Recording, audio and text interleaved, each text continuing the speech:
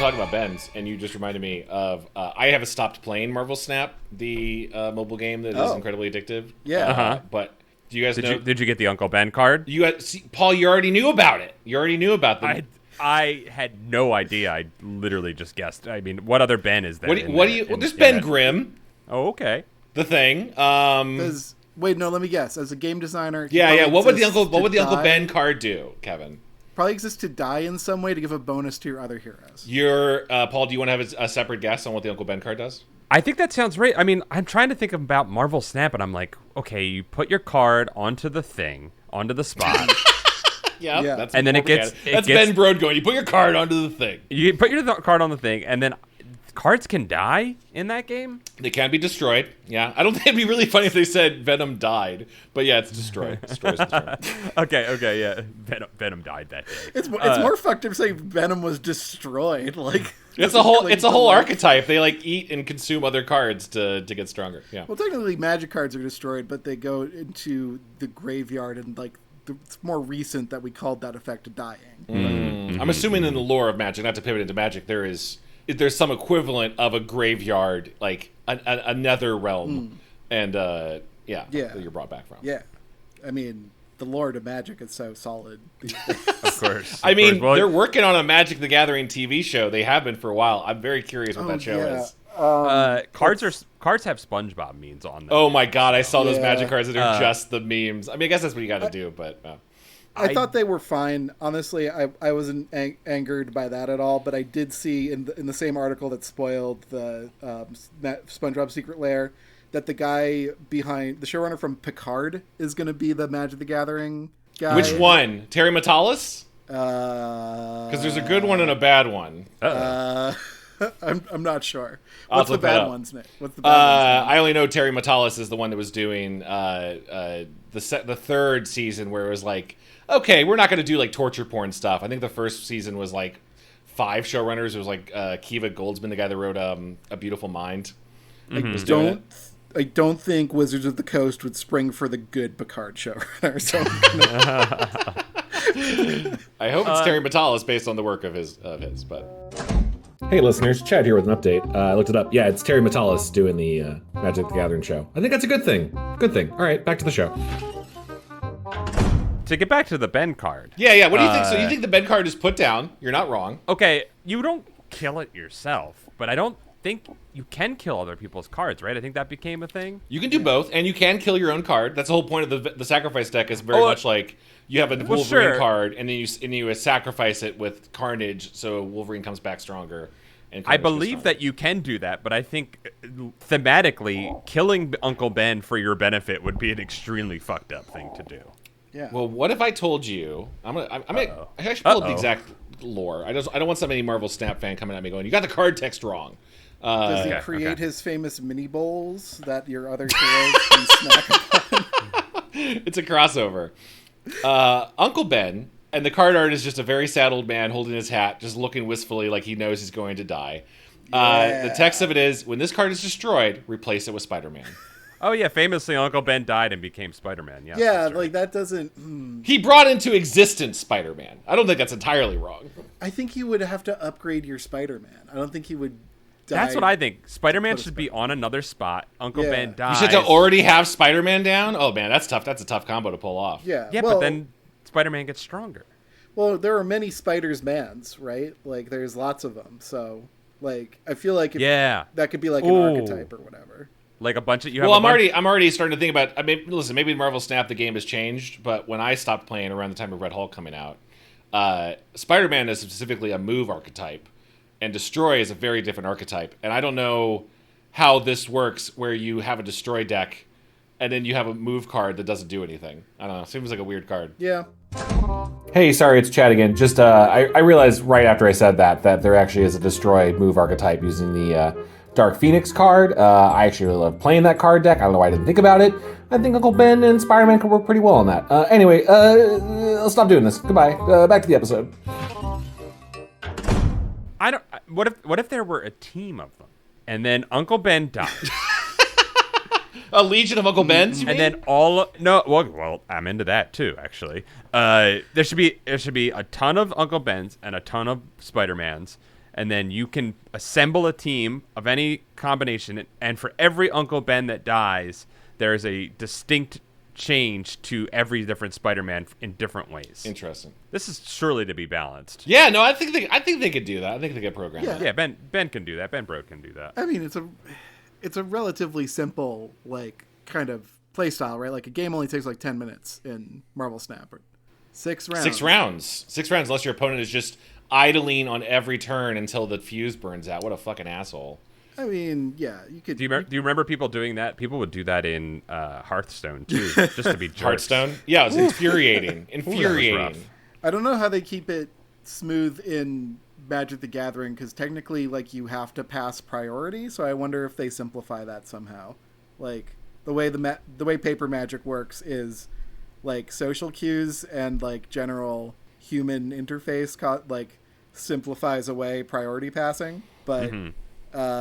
Technically, you can respond to everything that your opponent does, and you can just kind of call out when you want to pass priority. You did just make me realize, Kevin. I don't know if Magic has a time limit or a chess clock where you can't just stall in a tournament with I don't know what my turn. Yeah, I don't know. Is there one? in Is there one in tournament?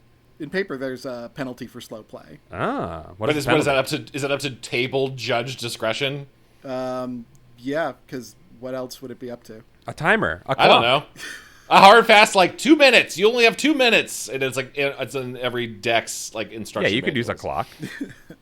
I don't think people are often just punished out of nowhere for slow play, and if you have a disability, I'm pretty sure Magic is cool enough to Oh, well, that's what I was considerate thinking. of it, Yeah, that was the only reason I thought they wouldn't use a clock. But I do, I didn't know. Could have been a clock. Things are a little squishier in the meat space realm of cardboard.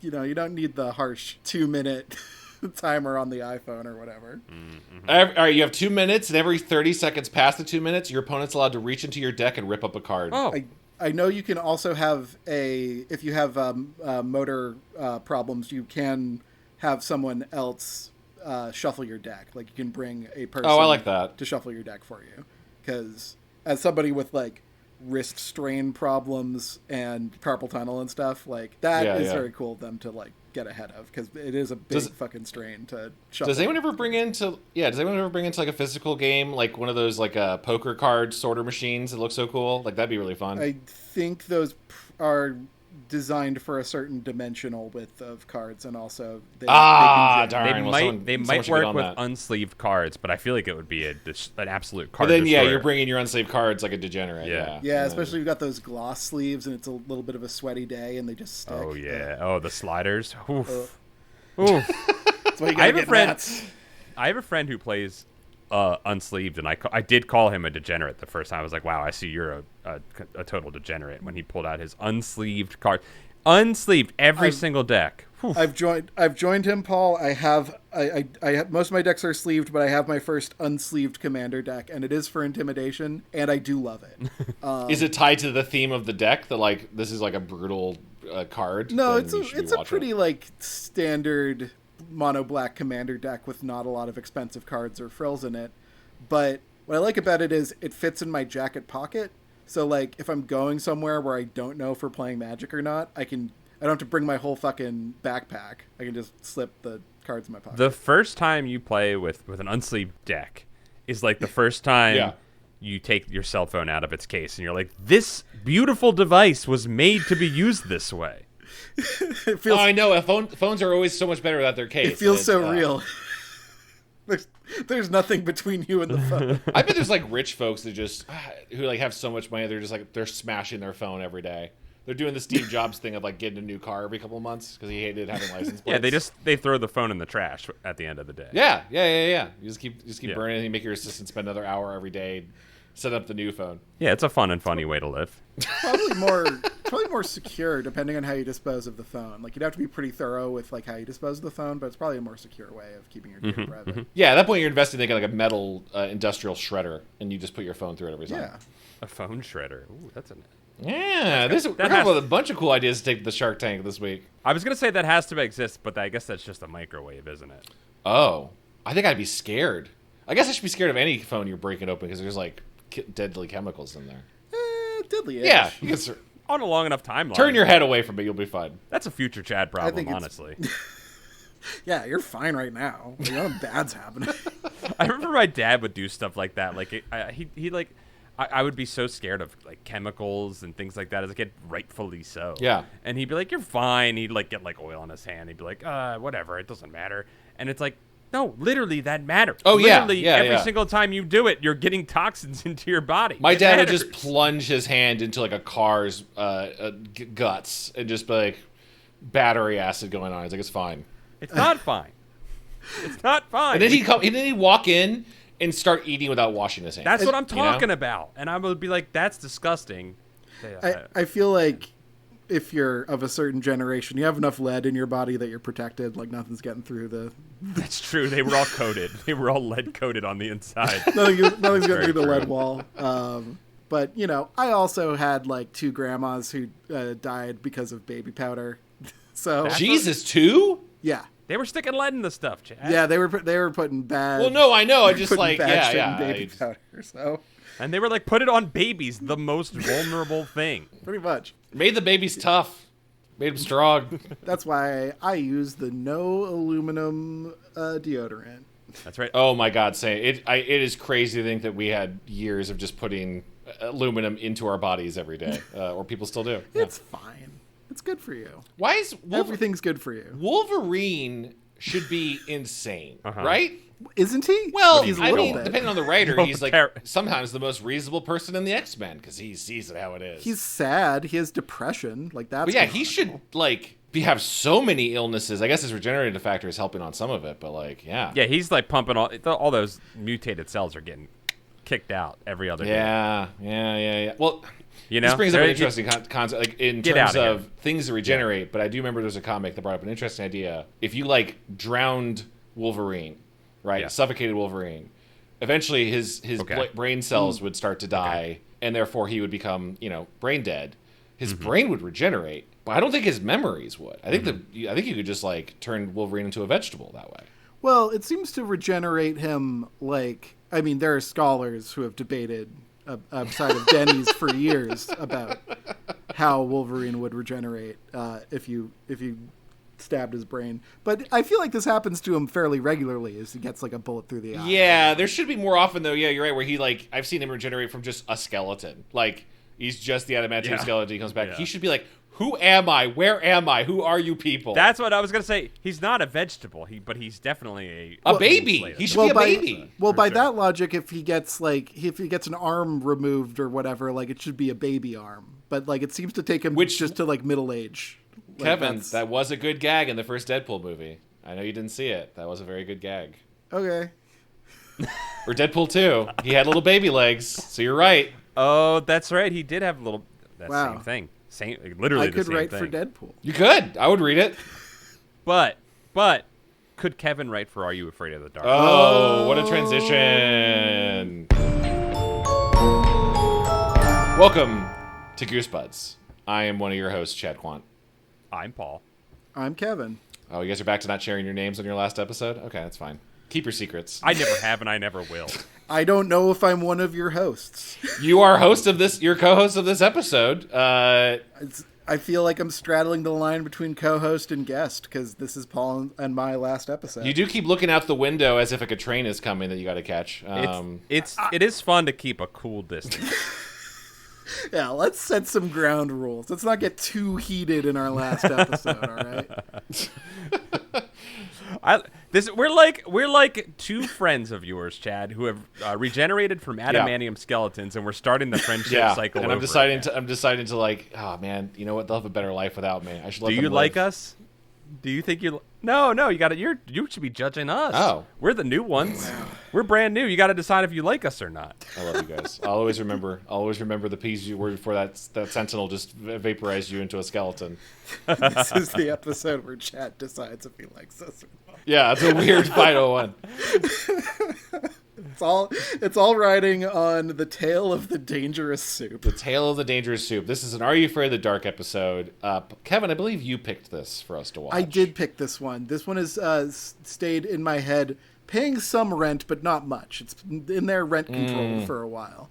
like a timeshare almost. Yeah. Like it'll stop by every now and again and be like, "What about the scary soup episode of Are You Afraid of the Dark?" And I'll be like, "Yeah, I think I remember that beat for beat." Turns out I remember this beat for beat. I had not seen this one before. I have not seen this one either, but I have seen Dr. Vink, one of the main characters of this episode, on multiple episodes of this show before. Oh, really? Is he just like a recurring guy? Yeah. Apparently. Yeah, so apparently the kids have recurring characters in their stories. So, like, I forget the name of Rip Sleeves Muscle Guy who tells the story this week, but Dr. Vink recurs in all of his... Oh, Frank, maybe? Yeah, I think you might be right. Is he Frank? The guy who shows up at the Midnight Society with a box. Yes. And he's like, watch out for my box. Who tells the story. Yeah, that's Frank. Yeah, that's Rip Shirt McMuscles, yeah. And his shirt is very clearly ripped. I'm like, I have shirts like that, because sometimes the armpits wear out, so you just get, like, cut the sleeves off, and it's fine. So, looking this up as we talk, this the villain of this episode, played by Aaron Tager, passed away in 2019, rest in peace, had a bunch of acting roles, but on this show, he played different characters, so it's not like Dr. Vink was a recurring, and then Vink was there. It's more like he is the face of evil that we use. No, Dr. Vink is in 4 episodes of this show. The Tale of the Phantom Cab, The Tale of the Midnight Madness. This is the third Vink. This is the third Vink episode. Okay, but he also, according to IMDb, played Zemo? Zebo, yes. which is I think is the most famous clown of the whole thing, or a Carney character named Carney. I believe Zebo is the laughing clown of the titular laughing clown. Yeah, that's the most famous episode to me. Is the laughing clown. Now we're getting into this episode. We should note that we have not on this show done. In the 10 years that we did the show, we didn't cover Are You Afraid of the Dark one time. I think that, and now we're doing it twice because we just did one. We did one without you, Paul. We missed. Oh, that's right, you did. Yeah. Oh, you must have talked about this already when I wasn't there. I'm sorry. No, I want to hear your take on it. I was still regenerating from being a skeleton, so I didn't. Yeah. It took a long time. I also don't know like how we managed to miss Are You Afraid of the Dark. I think I came in and I was like, we should cover Are You Afraid of the Dark, and then I was like, they probably already did it, and then I never brought it up. I was like, hey. How about some more Goosebumps 2000 or Goosebumps Horrorland? Like, how about more of that stuff? Yeah, you guys were both always constantly like, what about we do more Goosebumps? Yeah, we were always rubbing our tummies, being like, more Goosebumps. Yummy, Horrorland. more Goosebumpy, yeah. It is very weird that we jumped it. Before we get into this, can we talk about the actor that is Aaron Tager? Yeah, I'm on his IMDb right now. Yep. I think it's worth calling out that character actor, done stuff for years. Not only has he played multiple characters and recurring Dr. Vink, he is in an episode of the Goosebumps TV show. Oh, which one? He is in Piano Lessons Can Be Murdered. Oh. Or no, Piano Lessons Can Be Murdered. The lessons are not murdered; they will kill you. Which we covered as the book. I don't think we ever called the TV show. It's funny. I wasn't there for that one either. I got blasted by a sentinel the week before that one too. You just keep cannonballing into him. You pick me up and you go, Chad, fastball special, and then I throw you every time. And you're like, Paul, we've been through this before. And I'm like, I want to become a new friend. I want to be judged by you again. It takes 2 to fastball special, guys, but it's 1 to let go. Oh, right? It's 1 to let go. Oh, but yeah, he's also in that adaptation, and I think maybe his most famous role. It seems to be as Cranky Kong in the Donkey Kong animated series. Wow, that's awesome! I can't believe, and he's not even the special guest for this episode because the woman who plays Nani was in Scream. Oh yeah, the not yet famous Neve Campbell. Yeah, that was also wild. The Craft. I think. Yeah, this was 2 years before The Craft. She was on this show, which she claims, according to the IMDb, I believe, or one of the trivia bits that I saw was that she has never watched this episode. Which she recorded it, and then her agent reached out like, "Well, there's this big movie about you and a coven of witches." And she's like, I am putting my past career in behind me. I am never going to look at it ever again. That's not a great sign. No. of how shooting was on this episode. I mean, I wonder if it's Kevin, the one Kevin and I covered last, the pinball wizard. I think we covered that it was well known that the kids were very tired and like falling asleep during the shoot. I wonder if this was likewise. Well, we have a kitchen, but only in the evenings. So well, the nice thing about this one, at least, is there are no. Well, besides the Midnight Society, there are no kids in this episode. It is adults, or at least Yeah. Or at least Oh, I mean, older teens. I saw Nani and Reed as, even though they were played by adults, as these are still teenagers with jobs. I assume Yeah. I assume they're like supposed to be like 16, 17, maybe. Yeah, old enough to be able to do legal work. Yeah. Yeah, well, Reed's on his own. He's an orphan, which is cool. Yeah, Reed is coming in real great. We should set the stage a little bit on this soup. Before we get a little bit further into it, Kevin, did you request this episode not just because it's burned into your brain, but because we've covered my dad's soup on the show? Is that at all connected? While I'm always thinking about your dad, Chad, it did not cross my Okay, all right. Didn't want Sorry. to be too egotistical to think it was about me, but my dad's legendary haunted soup came up in my mind several times while I was watching this. I think Dr. Vink is a little pickier with the ingredients than your dad might be. Yeah, But I think that yeah. Is he though? If in your dad's long list of ingredients you saw like the distilled fear of a teenager, like It does make me scared. So Maybe in a kind of maybe in a works. sense he is gathering fear for it. Maybe he sends you the list of ingredients so that the palpable fear will exit you, and then he can. I like harvest that it. way more than what he actually does, which just sends me new recipes once a month and tells me I need to lose weight and I should eat this soup to lose weight. That's a much more fun version of what He sends you reality. his fruit soup for weight. Yeah. loss? He's like, if you eat this random cans of fruit soup and cheddar bay biscuits and pasta, you'll lose weight. I mean, maybe you'll lose bone density because, like, I don't see. I don't think all the nutrients are accounted for in that. I don't know. It is kind of like it's like in Breath of the Wild when you just throw ingredients together and you get that kind of like rancid soup. It will increase your dubious health a food, little yeah. bit, but you're not gonna like it. Yeah, I do picture the Breath of the Wild like censored Yeah, pixelation. yeah, of which it. is maybe the best gag they've done on that game. That's Chad's tale of the dubious soup.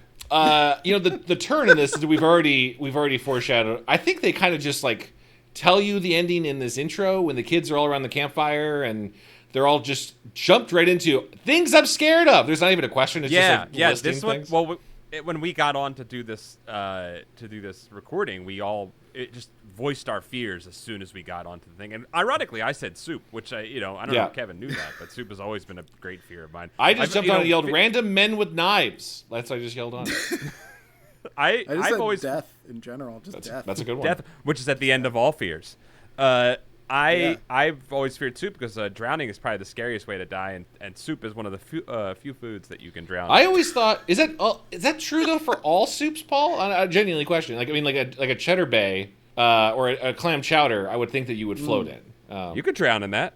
Oh, If there's you enough can- yeah. salt, you probably could survive any soup. Well, if it's thick enough, I think there's a line between Yeah, smothering yeah. and drowning. Jen and I were talking about smothering versus drowning the other day because I thought they were the same thing. No, I'm not even joking. Because someone was like that she drowned or gets smothered, and I was like, that's the same thing. Well, you don't drown in a pillow. You don't drown You someone. could, in a no, pillow. one if you did a literature, you could say drowning in pillows. But yeah, I know what you mean. Yeah. Yeah. That's true. If I you did think a if- poetry, yeah, you could drown in a I, yeah. I think if something hits your lungs, like that's drowning. But if it's just covering the holes, like that's Oh yeah, I Right, like it's that. like yeah. either removal of air. So Yeah. like a cheddary soup, broccoli cheddar, covers the holes. Nothing gets in. They're close siblings, to be sure. The smother and the drown. For sure. Yeah. And then you could if you fell into a French onion soup, you could drown inside of that. Yeah.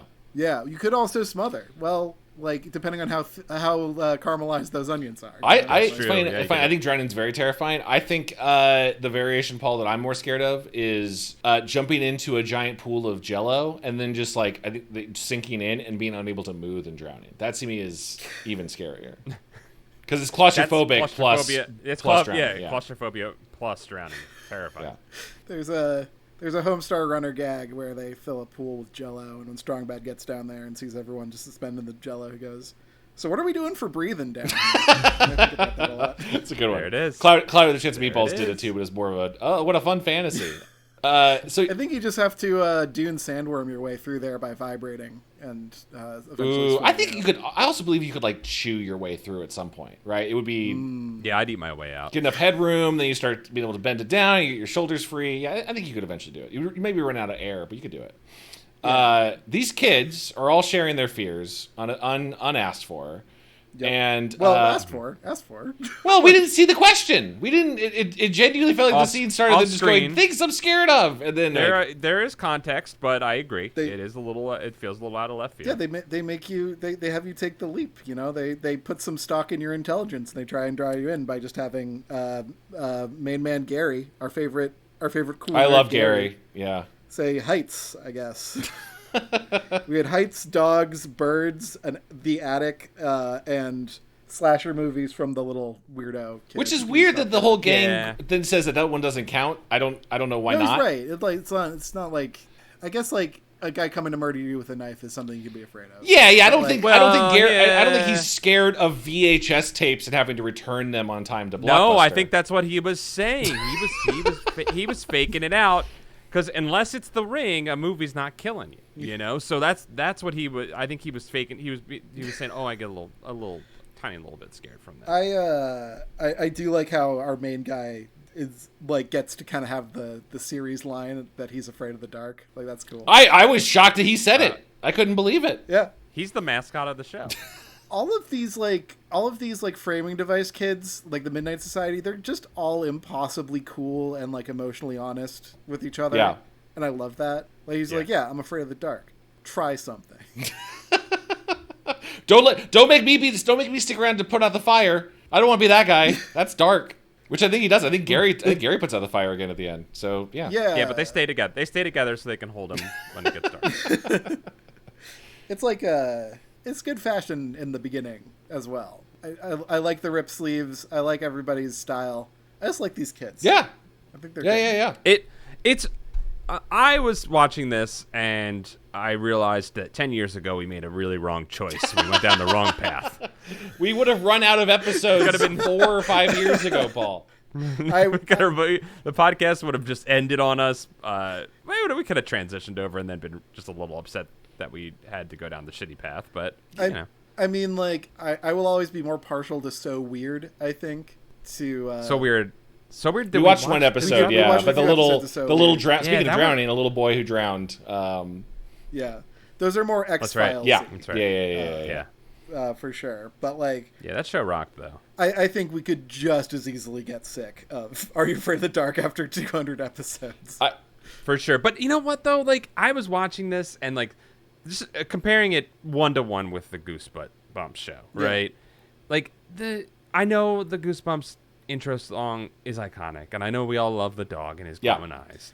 But the Are You Afraid of the Dark entrance music? Yes. The Are You Afraid of the Dark intro is scary. It's legit scary. I was saying this last episode, Paul, and Chad was like, Chad's diehard, obviously. I've come around. I do think this is probably, I was like, what's playing on a TV at night, you alone in your room? The Are You Afraid of the Dark theme is more ambiance to get you scared than, oh no, that G is flying across the sidewalk. I'm real scared. It's coming for me. Mm-hmm. I agree. This is, but like, the way they take that like opening theme and like do it spooky style in the beginning, and then like have it more sitcom-y, like once the action opens up, where it goes from like to like it's great.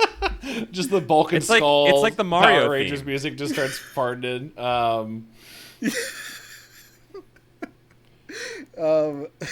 Yeah. All right. So we get to the main story. I want to say we kind of brought this up last episode too, but like we have this location for a day. Let's shoot this very simple. Like you could shoot this in a night with a well-oiled crew. Yeah, I think so. Yeah. I like that this is sort of like a pretty cool restaurant to shoot in, honestly. Yeah, what food do you think they serve during the day when it's a real restaurant? This is a French restaurant without a doubt. This struck me as like kind of a hotel like bistro kind of place. Like it seems more cafe. Oh, like people are staying up maybe wander down here and checking out. Like, yeah, I guess I'll get a burger. Yeah. I feel like this place, because of the copper pots, serves fine French dining food. Is my opinion. And did you see that beautiful shot they got out of the window of the Canadian winter and the snow on the ground? Oh man, I gotta go back and watch that. I didn't. Truly beautiful, and that's where you're gonna eat a ratatouille while looking out that window. But you're not at this place because all the like gross old people from the Boombox Lonely Island music video. Wow, what a pull! Yeah. The second or third digital short ever. Well, okay, wait, hold on real quick. I know we do this a lot, where we start it and we get in and we got to wheel back, but we do need to wheel back because I think one of the most interesting parts about this one is that Frank begins the story and we go right into a kind of Edgar Allan Poe type of situation, or maybe even a Kafka type of situation of a person in a room with two glowing 90s fans. Okay. Yeah. There's no context for why you're there. It's very abrupt. Yeah. No context, and it just sit in the chair, please. And he sits down in the chair, and a roller coaster safety bar goes over his lap, and then the wall drops down, and a gargle is there, and it looks at a gargle from Lowe's, like the garden department. I mean, it's a sick Lowe's gargoyle, but yeah, it's just a gargoyle. Yeah, it's a fine gargle, but it's not an imposing or scary gargle. but the gargle starts to talk to the kid, and it says, "I know it knows what scares you. It knows what scares you. It knows what scares." Yeah. And then a snake comes up and scares this guy, and it's really a scary snake. Whoa! And we get our money's worth on that snake, just so you know. Yeah, we hold on the snake, and that's a great little intro, because I think normally we kind of go into, like, sometimes we'll get the scare right off the bat, but most of the time we're going into the kid's point of view and we're kind of getting their background, and this is a nice just change of pace. It's I would say it's more. It was so. I think you have to make. Sorry, Kevin, go ahead. I think you have to make that promise up front, though, because there is a lot of just, like, teenagers with jobs and old people eating soup. And, like, there's a lot of stuff that maybe a kid watching this would be like, this is Frasier. This isn't scary. No, it's a good cold open, so to speak, to draw because it was so abrupt. Honestly, I thought maybe Paramount Plus fucked up and was just showing me another episode. I'm ready for soup. But by the way, this is a small detail. Where's I'm the ready to see soup? some scary soup. Before this point, I think it was either before this opening scene or right after. I don't know if I've seen another Are You Afraid of the Dark or Goosebumps that did, where it was like the director's name popped up as like a DJ McHale joint. It was like did you guys notice that? There was just like a very big like seal of like, well, that's funny. It's a production of him. Yeah, well, it's DJ McHale, who is the showrunner of Are You Afraid of the Dark. This episode written by a Chloe Brown, which I looked to see. I was like, oh, well, let's see what Chloe Brown. She died right after this. Turns out Chloe Brown's just DJ McHale. The producers didn't want his name all over it constantly, so they made him have a pen name. I think that's kind of weird. Uh-oh. That's kind of weird. Kind of weird, and I think it's strange when you make your pen name maybe a different gender than what you are. Maybe DJ's a lady, but it's like, hey, we got a female writer on this show. Nope, just a guy, just another guy. I don't think that was much of a consideration when this was made, or as much of a consideration when this was made. No, not at all. I find it nice that there is a dramatis personae list at the end of the episode in the credits. Like, there is character played by actor. Like, they do 2 pages of that, which is really nice, because I could not figure out Nani's name for the life of me. It's a real weird name. It's an uncommon name, at least. Yeah, but we open at the wild. Well, we open with the gargle, but we open at the wild boar, and we get like kind of this walkthrough in first person. We are a guest at the wild boar, which is it's very Copacabana Goodfellas moment.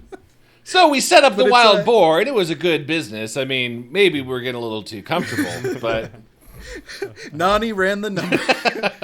Yeah, Nani is both the server and then we learn later the accountant, I guess. Like, well, do you see Dr. Vink? He's not doing the accounting. He's an artiste. He is an artiste. He's a chef.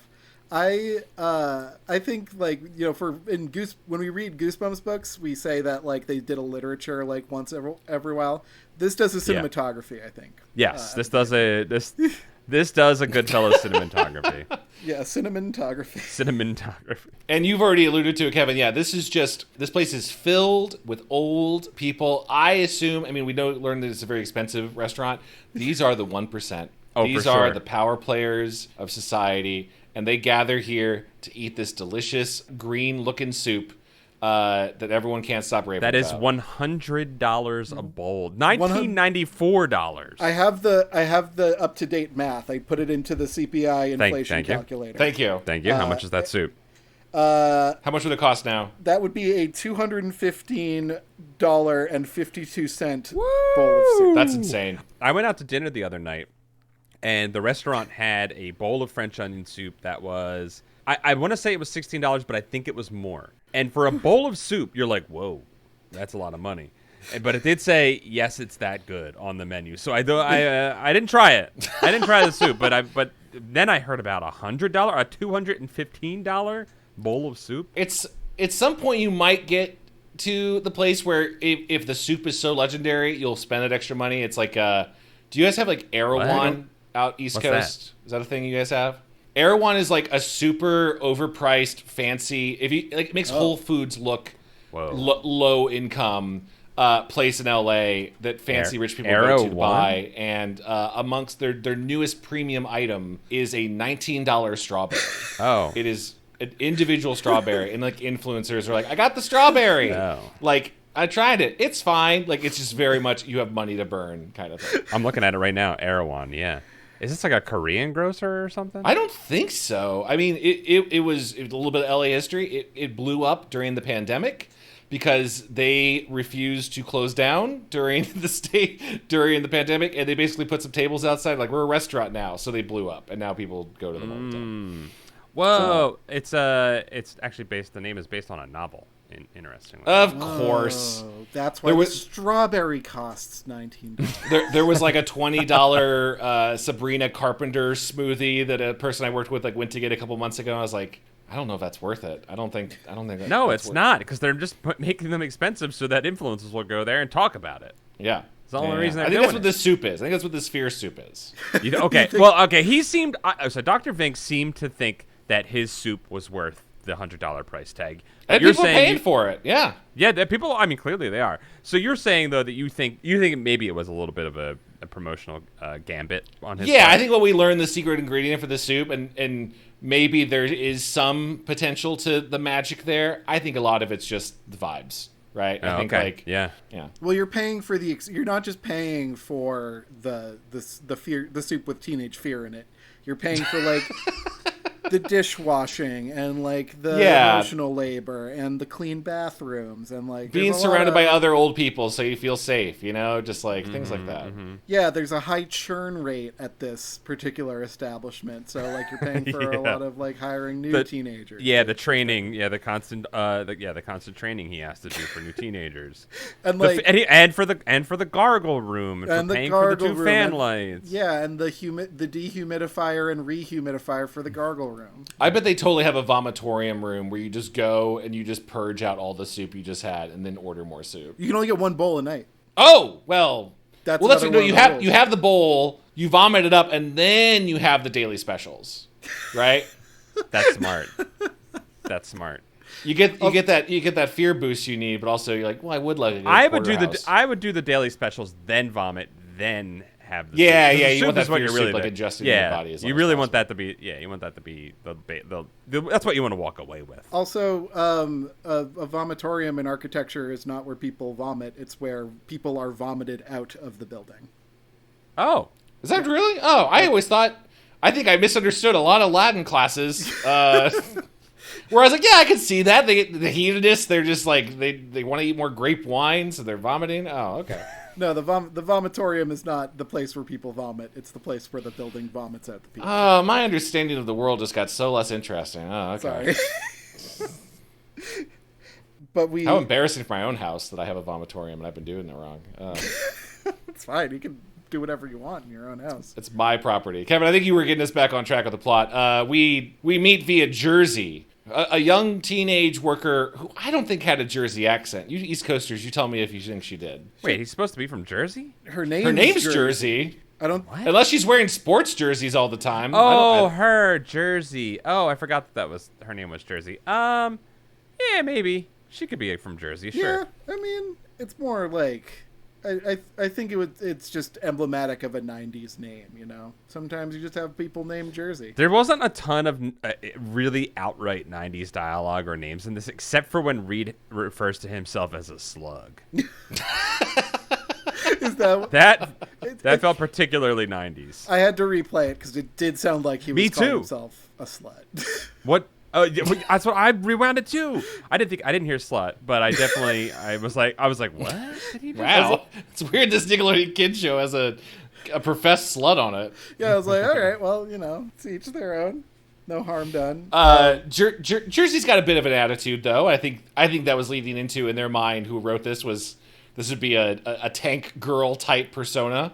Sure, yeah. What do you mean by that, Chad? You know, loves girl. kangaroo men, loves fighting for water, loves killing the guy from Clockwork Orange. You know, things like that. Okay, now I understand.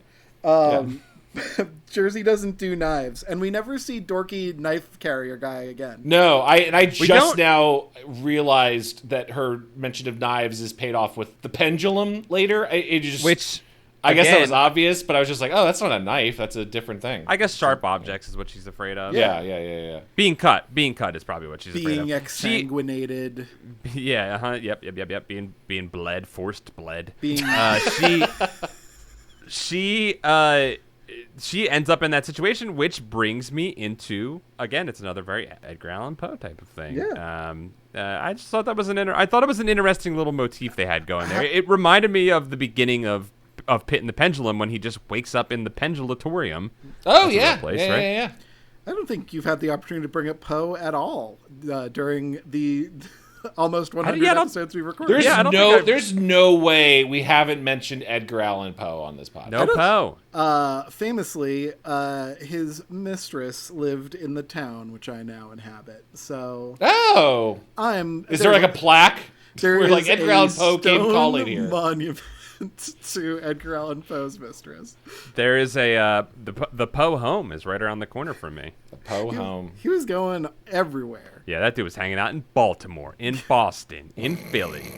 He was doing the whole Northeast. Getting scared all over this great nation. Infidelity all over. He saw each of America's scariest trees, and yes, he wrote about every one of them.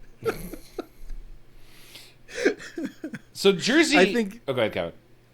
I just want to confirm Paul's Poe connections because having a room dedicated to fear is very Poe. Yep. Turning fear into a spatial kind of thing, and having this sort of decadence and aristocracy kind of divide is also very Poe. Mm-hmm. So yeah. Oh no, it's very posed. Yeah. There's very Poed. But now now I'm thinking about this is probably also just what they had to do with the set. The door to this room is very clearly the walk-in meat locker, the freezer. Yeah. You know, I learned about that from the Bear. I didn't know about walk-in closets until the Bear. Walk-in coolers, yeah. Yeah, walk-in coolers. That's not true. I knew about those. I was always watch out. You gotta watch out for those. You might get locked in it. Yeah, I feel like that's a lot of wasted space in your kitchen to not be able to store meats and other. Well, he's charging $215. Yeah, I guess you're right. Yeah, you can just buy soup, fresh ingredients every day and still make a profit. Yeah. It's a real money maker, Chad. That room. This is as good as an opportunity as any to bring up how half the food is real and half the food is very obviously fake in the background. Yeah, when they have there's a shot through a bunch of produce and it's oh yeah, there's the plastic fruit. There's the plastic fruit. The very Jim Henson reject boar's head. Yeah. On a plate. Oh yeah, that was so sad. That fake boar head. It was huge. There's a couple of roast chickens hanging on hooks, and it's what? You already roasted it. What is it hanging on the hook for? Yeah. That wasn't a boar head. That was a Skeksis, Kevin. That was yeah. Feels like a moblin from Zelda. Yeah, just it was frowning. It knew it was dead. Yeah, it's no, I don't want to be here. Jersey, it's too tall is the other thing. Yeah, it was way too big.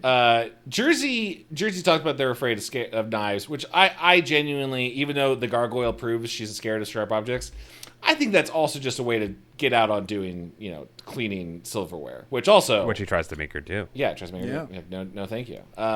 He's building. Here's what a good chef does. A good chef makes layers of flavor. They cook the onions. They put some salt in them. They put maybe a little spice in there. Yeah, you have a good rat hanging on your head, giving you directions. You layer your flavors. He was building layers of fear within these teenagers, Whoa. and then extracting it. Cultivating the fear. He's a good chef. A good chef respects the silence. What do you what do you think the base ingredient of this soup was? Because clearly he's adding some fear extract. It's not pure fear. So what do you think he's putting in there? Taters. Yeah. MSG. Taters and MSG, mash it up, a there. little bit of hot water, and just put some fear in there. And then a splash of fear, and you got a stew going, baby. Ooh. Well, I think it's interesting because, and I don't want to jump too far ahead, but we could tell these kids, Jersey included, all want to try this soup, and you're not allowed to. Well, you get one taste. You get fired if you taste the soup. Yeah, because like that, a spoonful is like $20. Right, but you do get one sweet taste when you start to give you a little experience, so you know what you're selling people. But it's part of the corporate brainwashing. For sure. Yeah, but then also Reed, right? Reed's the super edgy. I come from a broken road. Background. He tries it, and it just doesn't taste like anything to him. But so this is pretty good. No, he likes it. Oh, really? I got the impression. I got the vibe he was just like, eh. No, he's just Whatever. Reed is just a classic Gen X. He, nonplussed individual. That's all he is. Yeah, he tries it and he says it's pretty good. And then he goes for a second sip and the ladle's taken away from him. Maybe he just didn't act enjoying it enough for me. Maybe that's why I came away. I mean, he's not doing a very nuanced performance here. He's a little, maybe it is a nuanced performance. He's a little bit of a brick wall. Yeah, he's playing brick wall. He's playing brick wall. But I think maybe that was purposeful. But Neve is next to him, so it's all gonna look bad next to her. Sure. I mean, and around this time we have jumped to. So Reed is the new hire who has walked in. He hasn't brought his resume with him, which is a real faux pas in the 90s. You gotta have a resume. He's doing punk rock hiring, where he's just like walking in, throwing up the middle finger, and hoping that his tood sells him to, and it works. Yeah, Vink likes his moxie. I like that Dr. Vink, like, he sees this kid, and this kid's like, "Fuck you, I hate your ass," and Vink's like, "Good, I like this. This is interesting." Yeah, fuck you, man. I don't want to work for you. Ah, you're hired. I think your passion. Yeah, I think he senses deep fear within Reed. He knows that if he can get to that fear, it's going to be some good. Yeah, he does say later, the ones that are the most brave or foolhardy are the most rich fear, right? The harder the squeeze or something. Reed also says, "You don't scare me." He says, "You don't scare me" a few times. Yeah, he's really setting that up. I just want to call out that I think the scariest part of this entire premise isn't the gargoyle. It isn't the old people. It isn't the fear soup. It is just Dr. Vink's hygiene as a chef. That dude is coming in with wild, loose, dirty hair, like just spilling out. There's no hairnet. There's nothing restraining it. That dude is we never actually see him cooking, so we don't know. I mean, he's walking in and out of the kitchen. He should be wearing some sort of net. He does wear a chef's hat. He does wear but his hair is just spilling out like Jack Black waking up on a bad day. Like he's. I'm on Team Chad here. He offers Reed a sip from the ladle, straight from the pot. And he takes a sip and then he pours it back in. Yeah, gross toilet hair all over the place. Absolutely disgusting. Yeah, you got to put it in that little like Japanese tasting plate, like the little tasty plate. You get a sipper bowl. You get one sipper bowl and you sip, and then the bowl gets thrown in the trash. I mean, if you're cooking commercially, yeah. Like if I'm cooking for friends, I'm putting my for sure. Yeah. If you're coming my whole mouth on this food, and then I'm putting my whole mouth on all of them, and that is the price you pay. If you get a home cooked meal, there's a little bit of my spit in it. That's right. Yeah. You should expect some. Part of the law. Really makes it. I think is what makes it the scariest soup. Around this time is also when Vink has told us the name of the specialty that these old people are paying $100 a bowl for is called Le Potage Dangereux, better known as the dangerous soup. Dangerous soup. Sorry. Ooh, scary name. French is it dangerous because it's got like toxins in it, like when you eat one of those like blowfish that has to be really particularly served by a sushi chef? No, it's just a dangerous soup. I think it's really cool that Neve Campbell nails that French pronunciation. That's why she was hired on the craft. She needed to be able to say all the spells. That's true. She was working probably in French. She was French spells on the craft. She was working on her. Apparently, a running gag is people mishearing Dr. Vink's name and saying Dr. Fink, and to which he responds, "No, Vink with a va." Yeah, which Neve does for him. But Nani gets to say that this time. So I would. I probably should have. We should have done like the Dr. Vink series to really get the full picture, but like that I think we'll go with later. How has he been moving his career as he gets driven? Well, also he's not driven out. He succeeds in this, so maybe he's just got multiple businesses going on. I fucking love Dr. Vink. I think he's great. I think he's a pillar of the community, and I think he's helping people. He's got some good, like, Lou Albano energy to him. Yeah. Just really crazy-eyed. Do you know somebody who's got a knife or a gun? Reed has gotten the job. He wants another taste. Like you said, you don't get it yet. I do wonder if Dr. Vink would allow any of these kids to save up and buy a bowl of the soup. Or that's still off limits. Or if you could work for soup. I think... he's got, like, we see how little fear is created per teenager. So, like, I think just the economics of scale don't really work. Like, the $40 spoonful investment is probably, like, worth it. Yeah. But it's probably more like a $10. Like, there is a market, like a 600%. And you know what? Yeah, sell little thimbles of it. And I don't think he wants the kids eating their fear soup again, because then the fear is being kind of, like, refracted back through their bodies, and that's got to do something to the fear, you know. But is it not the strength of the fear, right? Like, because we've already told you, listener, the fear is what he's extracting. But he talks about how, like, once he really just gives up the goat to everyone, he's just like, I'll tell you. It's not that people are getting fired either. The way he gets caught extracting fear from teens is really funny, because we have like a couple of moments, you know, of what is it, Nani? Nani and Reed working, and Nani's winning Reed over by thinking about him because he sneaks a sip of soup, and Dr. Vink nearly catches him, and she pops up at a she pops up really funny shot. She pops up with her accounting book. She's doing accounting under the it's the like, counter. no, Reed was just cleaning the stove. He was clearly eating the soup, but it's fine that Dr. Vink saw him eat the soup. He's clearly saw him. Which is, you know, in his defense, he gets caught right around the corner from this. So they go outside. Reed thanks her for saving him. He looks like he's going to kiss her for some reason, which is weird. And then Jersey comes in, and she's complaining because she's being forced to wash dishes, to which Dr. Vink says, I am going to make you my protege. Here, let me show you the secret of the soup. Jams her in the room. He's like a serial killer who has to kill, who can't wait. He's compelled to do his killing. It's like a capitalist. He's a capitalist. He is a sociopath that cannot wait to do his sociopathy after hours in the secret of night. No. Well, to be fair, he did say, I'm moving you here because you're too loud and the guests don't like it. Again, leaning into the Jersey trope. That too, for sure. I think this is a Jersey There's just you're really nailing the Jersey stereotypes here, Chad. I think that was the author's intent. And I think they wanted a Harley Quinn type. I think they wanted a loud, brash lady who gets her just desserts. You're winning the hearts but and Harley minds. Quinn's got like a Long Island accent. Sure, that's not the appropriate one. I was just trying to give another well-known, it's not that brash East Coaster. It's not that much different, though. Let's be honest. My cousin Vinny, girlfriend, Larissa Tomei. Larissa Tomei. Yeah. Peter Parker's mom to bring it back to Uncle Ben. Marissa Tomei. I know who you're talking about. Yeah. I'm sorry, Jersey doesn't fit with your preconceived notions of a Harley. So I'm curious what you guys think, because so he seems to genuinely want to escalate her to protege, but also wants to gets that soup. I think I think he's looking for the right type of person that can get feared and stick with it. He's looking for another sociopath, basically, like himself. I think, if I can already critique this episode, I think like the actual business move is to open up 2 businesses.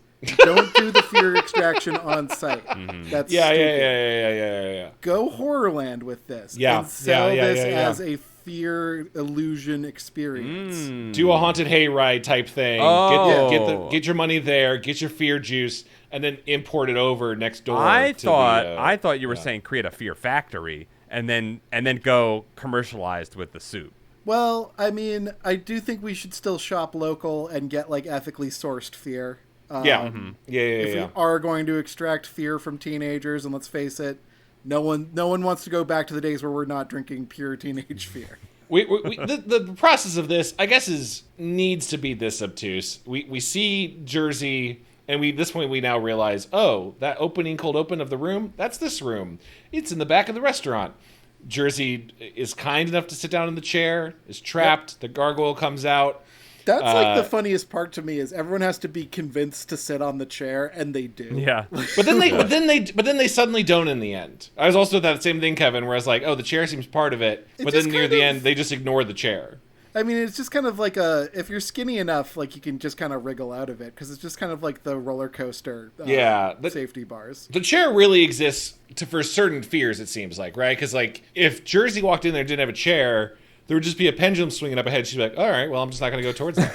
I'm just going to hide in the corner. Yeah. The restraint is part of it, I guess. For some fears, yes. But we don't see, it's not a big deal. We don't see where the siphon is. I guess the gargoyle is the siphon. I think he's milking the gargoyle. Okay. Yeah, you think but at the same time, because we see concurrently, outside the room is an antique kind of a phylactery. Yeah. Is that the right term? Yeah, phylactery. Well, no. Right? No, that's not a phylactery. It's more of a distillery. A distillery, yeah. It's or a still. What's a phylactery? But like, a phylactery is a talisman that a lich has that he puts his soul into.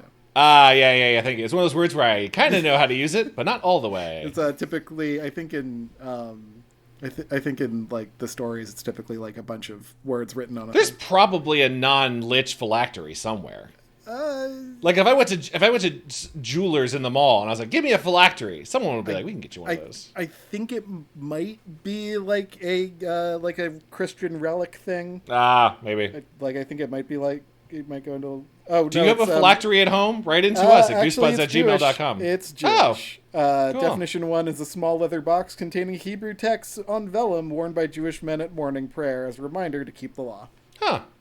Neat. So kind of weird that we put those on ancient liches. Not neat. I don't know. Maybe the liches are Jewish. I don't know. Maybe that's not a great look.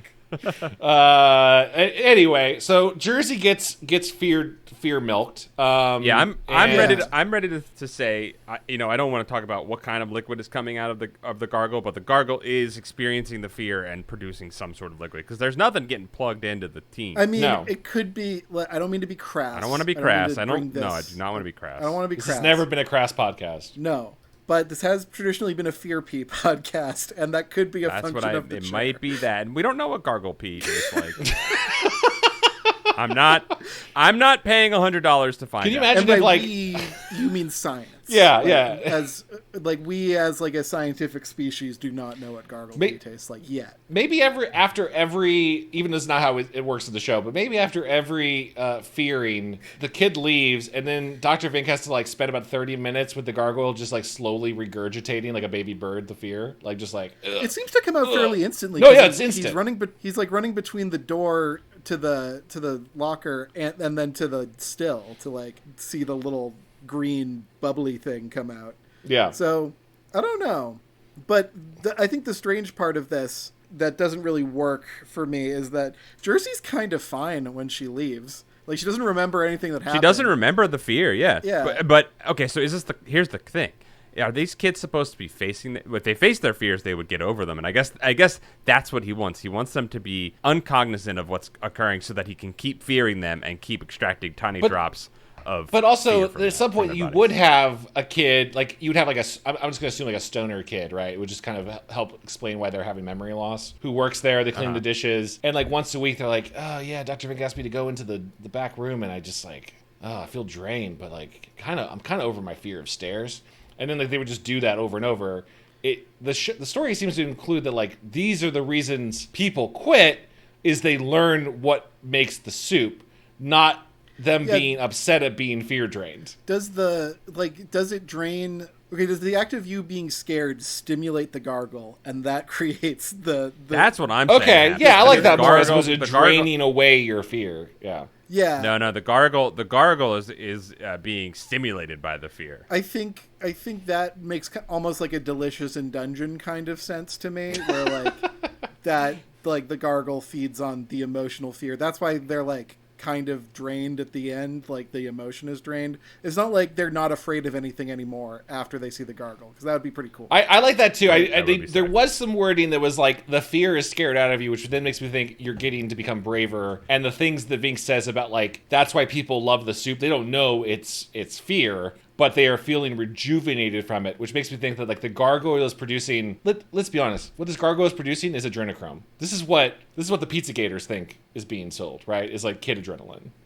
I don't know what the fuck you're talking Oh yeah, about. Paul, have you ever heard of adrenochrome? Yes. Like it's a thing that like crazy Facebook parents. I'm not going to normalize you saying shit like that. It's a thing that like Facebook parents, crazy like QAnons think that like people are like draining what like Chad. What? Think?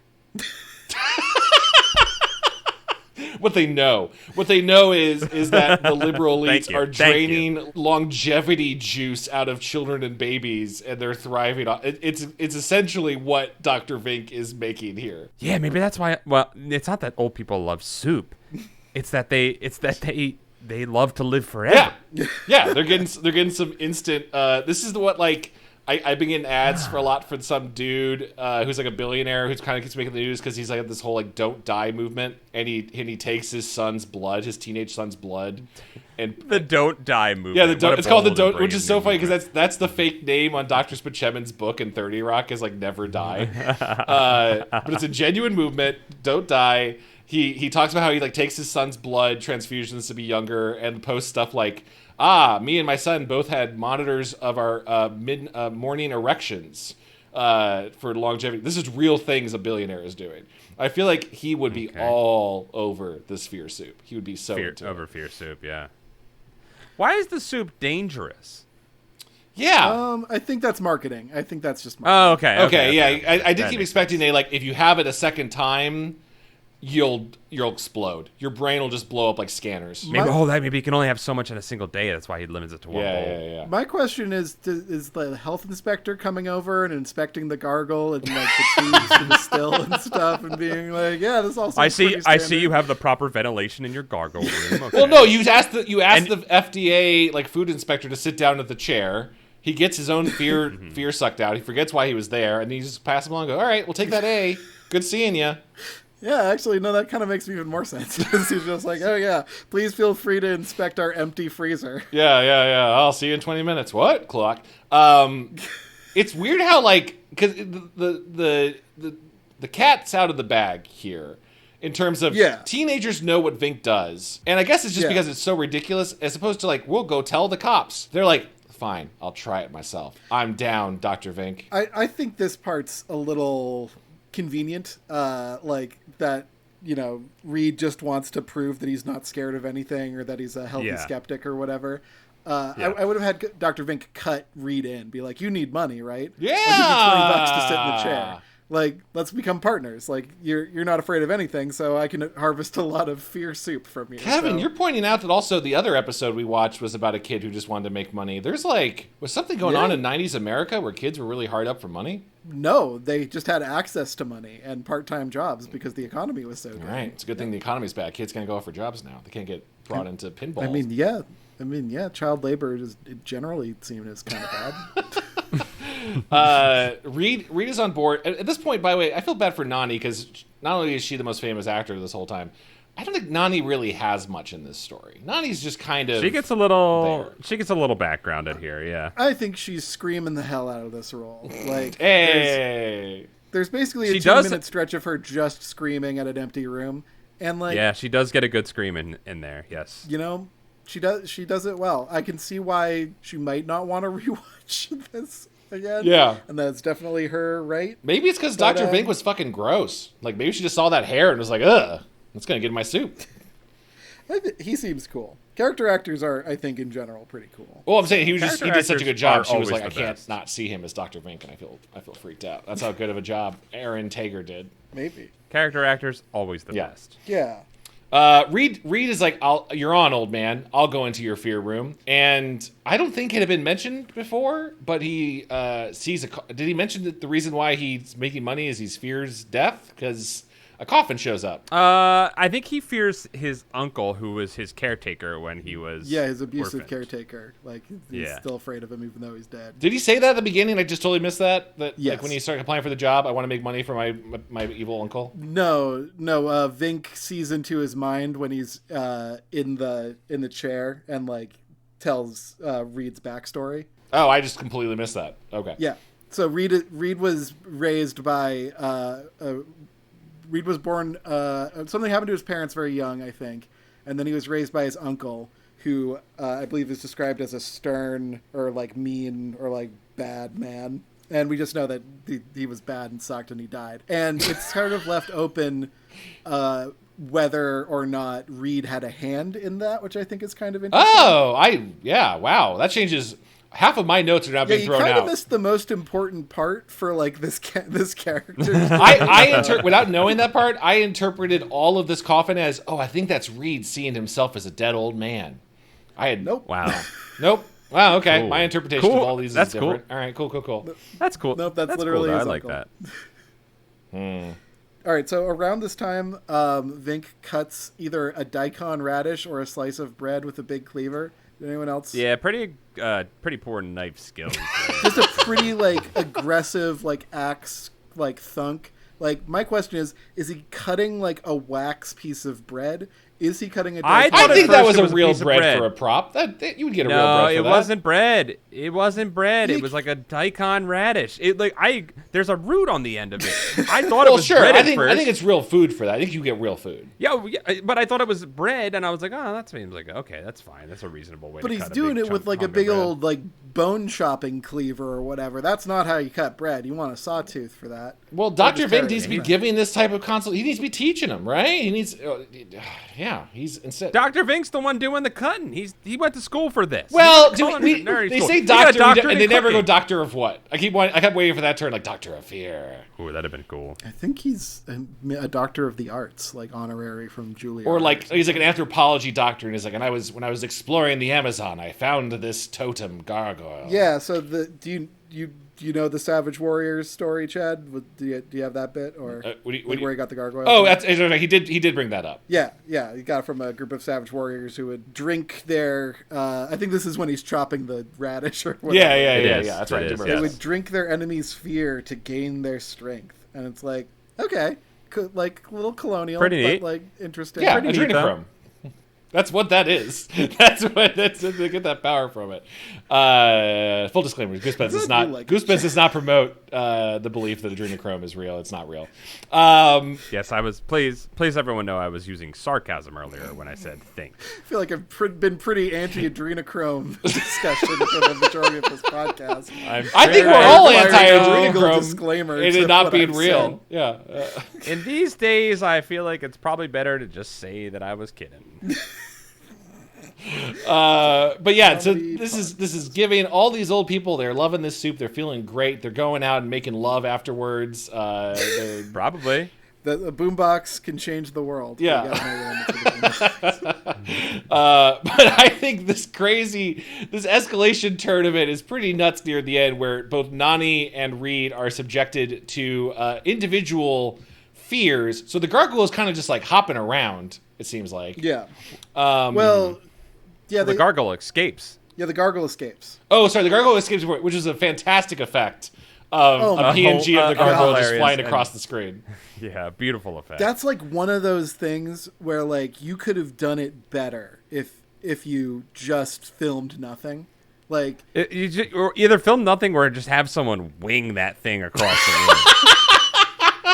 Just launch it on a catapult across the room. Yeah. Just get like a minor league pitcher for a day and just have him whack that thing across the room. I think you just need to show the empty gargle pen and and smoke and stuff, and then like have the characters look, and maybe there's like a door slamming or like a skittering sound or something. But like the animated projection that they have is just too funny. Dr. Vink really drops the ball on this. I mean, if this is his livelihood, if this is what he thinks about every day, it's weird that he lets Reed go in, he lets Nani go back to the door, and just open it. And as soon as the gargoyle is out is when he's dropping all of the like, oh, no, you shouldn't have done that. The gargoyle has started to get stronger and now it can free on everyone. Oh, I'll have to recapture.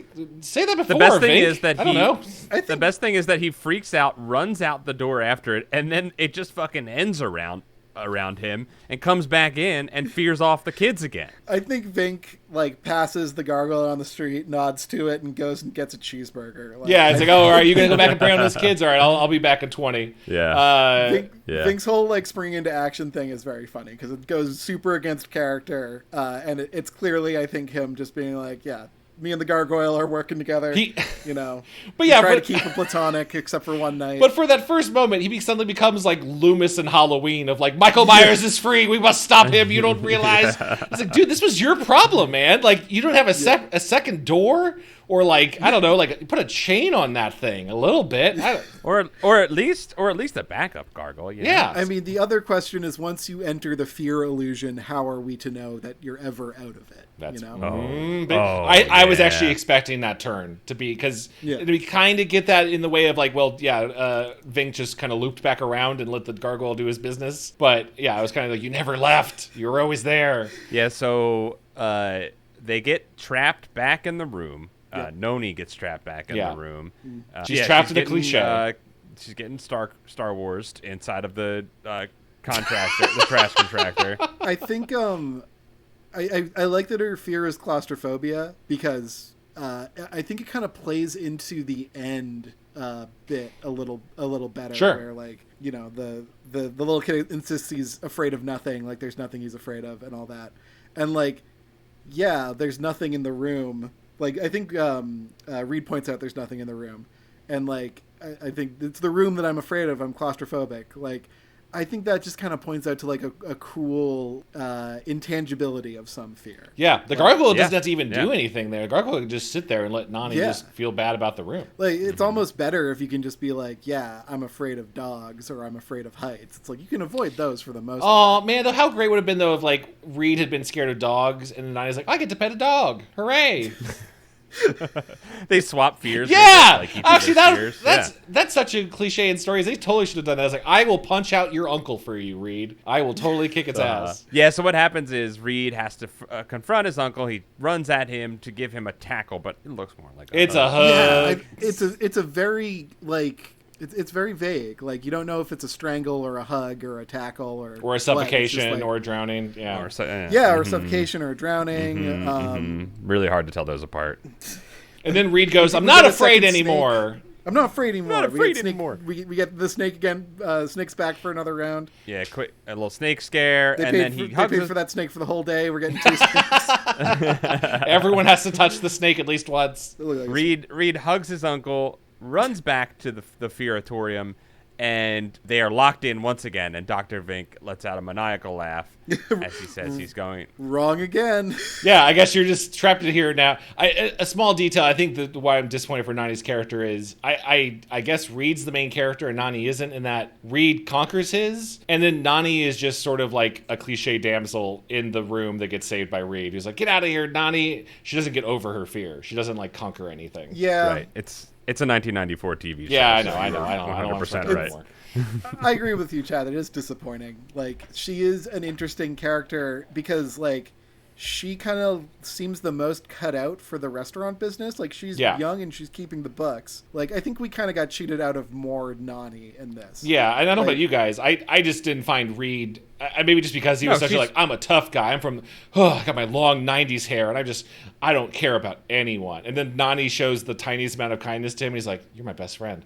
Like, I found Nani... No one's ever been nice to me. No one's ever been nice to me this much before. I think That is real male experience, though. True. Very true. It is. She is more interesting than Reed, but I guess the story had to run through Reed for some reason. I'm not sure why. Yeah, I think already it's like kind of a weird story to tell because it does kind of alienate the kids, as it were. For some reason, like in the 90s, we assumed kids only wanted to see kids and that they would go insane if they saw an adult or someone older or whatever. Like, I don't know where that came from, but nobody wins. Well, Vink wins. Vink wins. Big red text pops up on the screen. Vink wins. Vink wins. And like, Yeah, I like how I like how that kind of skirts the moral at the end, like it's not really face your fears and everything will go okay. It's like, nope, face your fears and Vink wins. And Vink is going to, I guess, just keep them prisoner back there forever. No one will ever walk back through the kitchen and be like, hey, there's 2 teenagers in there that just have pooped all over the walls. Should we do anything about that? Should we give them some food? Vink's like, no. Make them eat their own soup. Like, I don't know. Like, the parents are going to come looking for Nani at some point. I mean, it's one of those, like, indomitable nature of the human spirit things where, like, I can see the two of them just getting really bored of the same old fears, being like, your dead uncle's back. Do you want me to slap him? He's like, no, I'll just hug him again. And it's like, the room's closing in. Okay, I'll push it apart. Like, yeah. It just kind of becomes living in an apartment. Like, that's the hedonic treadmill at work. That's the kind of thing that my favorite SCP articles would be like, tell me about the test results for day 40 of Nani and Reed stuck in the gargoyle chamber. What is their life like? Yeah. The human spirit cannot abide a hell or a heaven. Damn. Profound words from Kevin. Everything gets boring eventually. That's the end of the story. We cut back to the campfire where all the kids just go, great story, great, which I think is a little unfair for a writer to put in your script that all the characters liked the story you just told, but it's fine. It's your freedom, DJ. You can do whatever you want. Well, we do get the little kid going weak at the end, which is, that kind of cuts it for me. Like, sure, yeah. He's the one that wasn't scared of anything besides slasher films. He's he's being realistic about boy. this. I liked this next part. I think it's okay to like your own stories. I think it's okay to be like, that was a good story. I think you probably should. I don't know what that's like. I'd be proud of your work. You do, Chad. I think you're just taught to forget. Go in the fear box at the end of every day and forget that I enjoyed what I was working on. I think it's very okay to just be like, yeah, I told you a good story, and if you don't like it, go fuck yourself. I think that's fine. Someday I'll have that confidence. Someday I will. Tucker, I think it's the name of the little kid, is like Tucker. He seems like a Tucker. He's a little Tucker. He's a little stinko. He's number one in my head to play stinko. He's a little Frank's got this foreshadowed box, and Frank's like, do you want to put your hand in there? It's the box from Dune. Put your finger in there. Yeah, and he says, what's in it? And he's like, it doesn't matter because you're not afraid of anything, right? And then he's like, I gotta go. And then it's like, what was in the box? Exactly what Tucker's afraid of. Nothing. Good little ending. Doesn't have anything to do with much of anything. But no. I think it ties back into what you were saying, though, about maybe there's like maybe the fear, the fears we create in our head are greater than the things that we're actually afraid of. And that's what the most scary part of the dark is, right? Is the unknown. Yeah. Exactly. There's a little bit of a... We fear not the presence of the threat, but perhaps the absence of anything. The void. The void. The end. This is a pretty profound episode. Yeah. I mean, more compared to what we're used to, right? You want to hear something scary? I'm looking at the Wikipedia for this page. Yeah. And it says the customers were charged $100 per bowl of soup in 1994. $100 was equal to $178 in 2023. It has gone up considerably. And $215 in today's money. 2 years later. How much were the kids paid, do you think? I bet like $4 an hour. Oh, you're saying the inflation rate from the 2020 from 2 years ago is considerably more than the total accrued inflation from 1994 to 2023. I think we should use... Sorry, Kevin, go ahead. I don't know if you've bought a pizza lately, but it's my climbing up on fear soup money. It's crazy. I have bought some expensive food. I came back from Japan where everything is cheap and found out that everything was doubly expensive here. How much is a pizza for you guys on the East Coast? Like a large pizza, large cheese pizza. Large cheese, $20 easy. Yeah, I'm gonna say. I'd say mine is getting into 30 out in LA. It's ridiculous. Yeah, yeah, and it's not even good. Okay, Paul. I mean, you're it's right. True. There's not a true. It's hard for it to be a bad pizza, but when you say a really good pizza, I know what you mean. You know what I mean. I think the French fries in your burritos is a more egregious offense. But, I mean, I'm here for that. I'm into that. I don't often get those, but I bet our burritos kick your guys' East Coast. Oh, absolutely. Oh, without a doubt. Yeah. Oh, without a freaking doubt. Oh my God. Yeah. I think the California burrito, aka the one with French fries in it, is much more a gimmick burrito that like new people get, or yeah, you're not gonna be a regular getting the California burrito. Right. There's a lot of You're usually drunk at night at a bar at a taco stand and go, I'll get the California burrito. Now hold on, that does sound good. Yeah, right. 1 a.m, you definitely want some of those hot fries and avocado just like mixed up with beans and cheese. Give that alcohol something to land on. Now this is interesting. And just looking at the other trivia for the show, Neve Campbell, would later go on to be in the Scream movies. Mm-hmm. In the 2019 reboot of Are You Afraid of the Dark, they talk about Scream. Yeah. So it exists in the universe. And Dangerous Soup is referenced as a name of a podcast, which is I guess that there could be worse podcast names. Maybe that's our alternate reality selves. That one with Are You Afraid of the Dark? That's really good for an Are You Afraid. That's a deep cut name. Dangerous Soup is an Are You Afraid of the Dark podcast. It'd be like the Dangerous Soup cast pretty good. or something like that, or like the Dangerous Soup on its own is a little too improv troupe name for me. That's true. You're right. But what is a podcast? Hey, we're Dangerous Soup, and we need a location and a premise.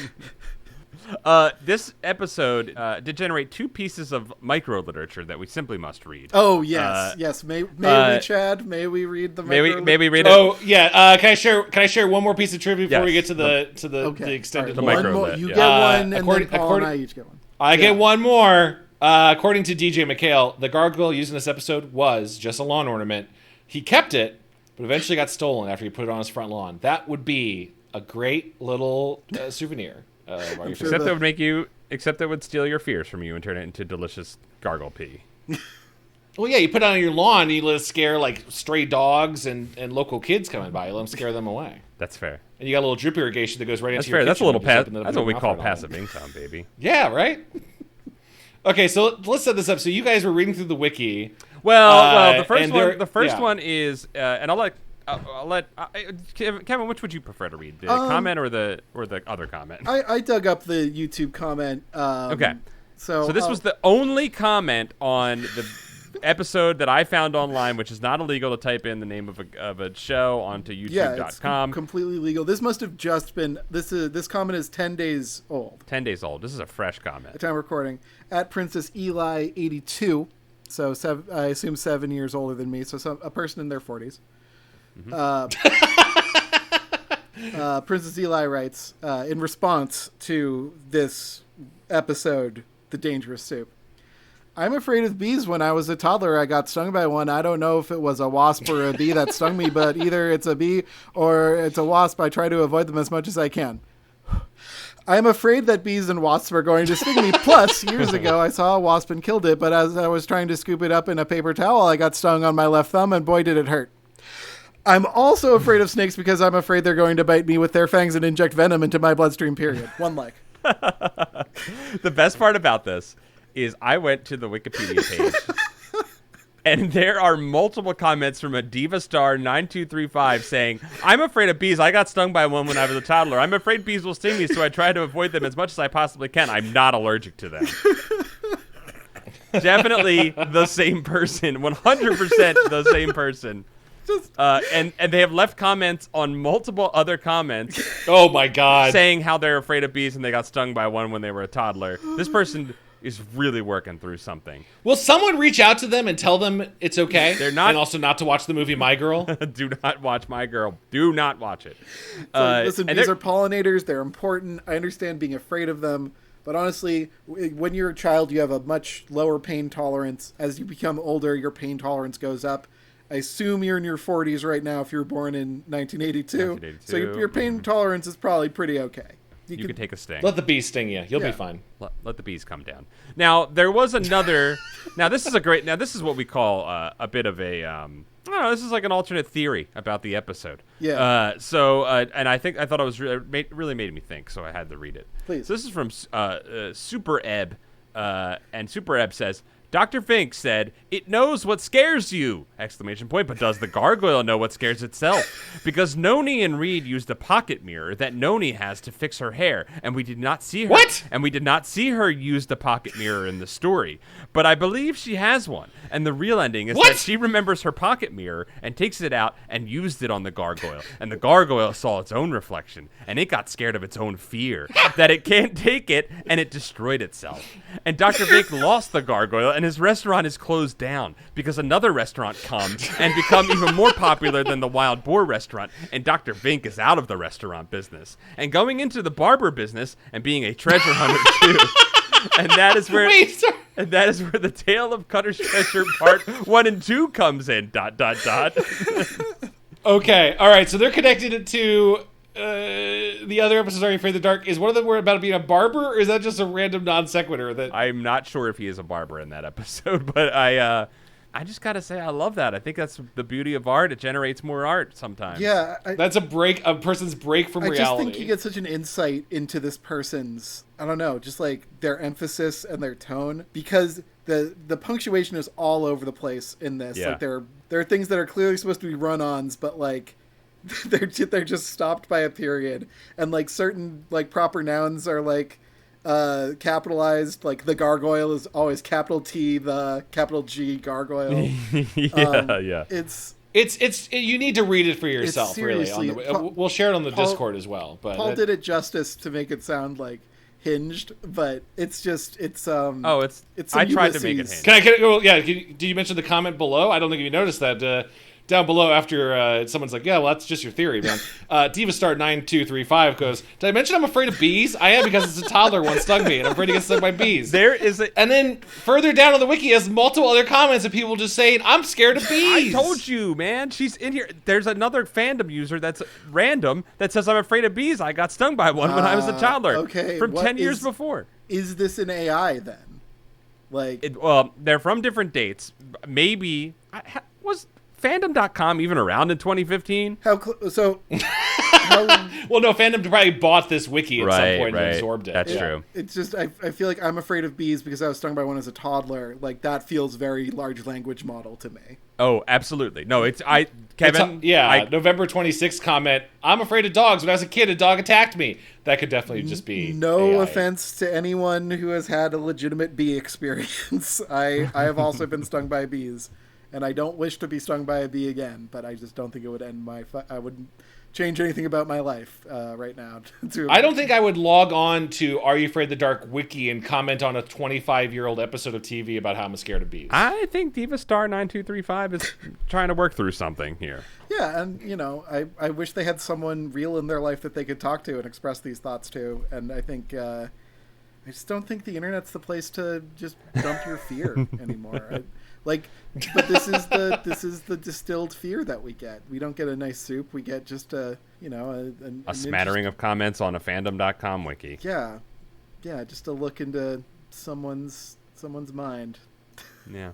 Well, I like Dr. Super Ebbs. Dr. Super Ebbs. Dr. Soup. Dr. Soup. I like that alternate theory of the episode. I think it's cool. What's your guys' favorite soup? It's funny enough because mentioning my dad's evil soup. I've never liked soup. Really? I think all soup is bad. Not even a ramen. I guess, are we counting ramen? It's got broth in it. I'll have a ramen. My favorites. Okay, well, yeah. Go ahead. Say it. Well, then we're just getting into is cereal a soup? Yes. Well, cereal food. Well, my favorite soup's probably going to piss you off then, because my favorite soup is ice cream soup. Wow, I like that. Oh, really, Paul? Yeah. Paul, you must have incredible self-control while everyone's eating their mostly solid ice cream. You're just waiting. Yeah. I stir it until it gets soft and. Do you eat it with a spoon, or do you just glug it down? No, I'll drink it. Paul, you're correct. Okay. You're right. Like a gazpacho. What? No, I want to yes and you, but that is not the correct way to eat ice cream.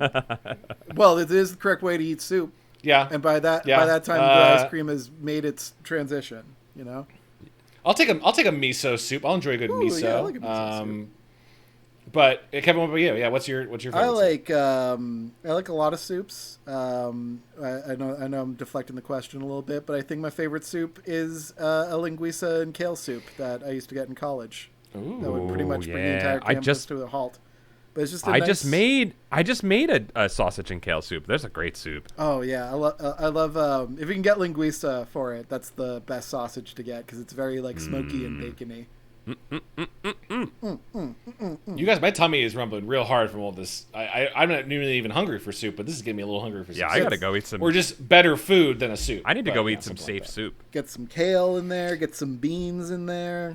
It's a good soup. I think we've covered this episode. Wow. And I'm trying to slow burn this, but guys, I think that means that's a Goosebuds, and this would be relatively your guys' last episode of Goosebuds. Yep.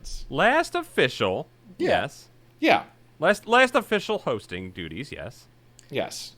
I mean, I feel never like say never. we've lowered people like gently into our eventual departure. I know Into the soup. into the Yeah, soup. you lowered them slowly. I feel like we've Yeah, drizzled out all of the fear extract from this, but yeah, it's a little bit of a moment, isn't it? Like, I love this podcast. I'm glad it's continuing, but I'm excited for making video games, and the last couple of weeks I've been able to throw more and more of my time at making games, and I'm gonna miss this podcast, but I think this was the right move. Like, I'm excited to make games again, and I'm excited to be a Goosebuds listener again, which is how I started.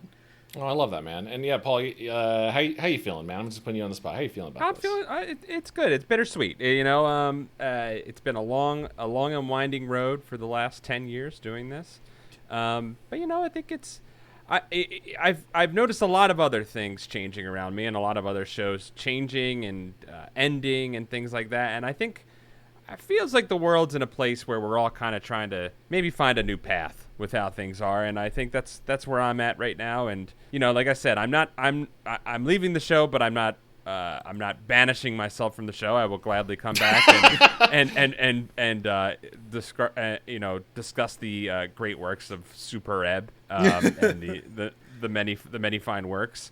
I don't know where I'm going right now, but I'm trying to make some new things, and kind of like Kevin, I think I'm just sort of I'm exploring some new stuff, and taking the time. I don't know how to put this. No, I get you, man. Yeah, I mean that's the whole point. You're figuring it. You're figuring it out. I mean, stuff I know that you're working on, I think is fucking rad, and I'm really excited for you to keep pursuing that. Yeah, none of us know what's gonna happen. Like we can't see far into the future. That's kind of what being a creative is, where like you just kind of have to make a call and go with your gut sometimes about what feels right.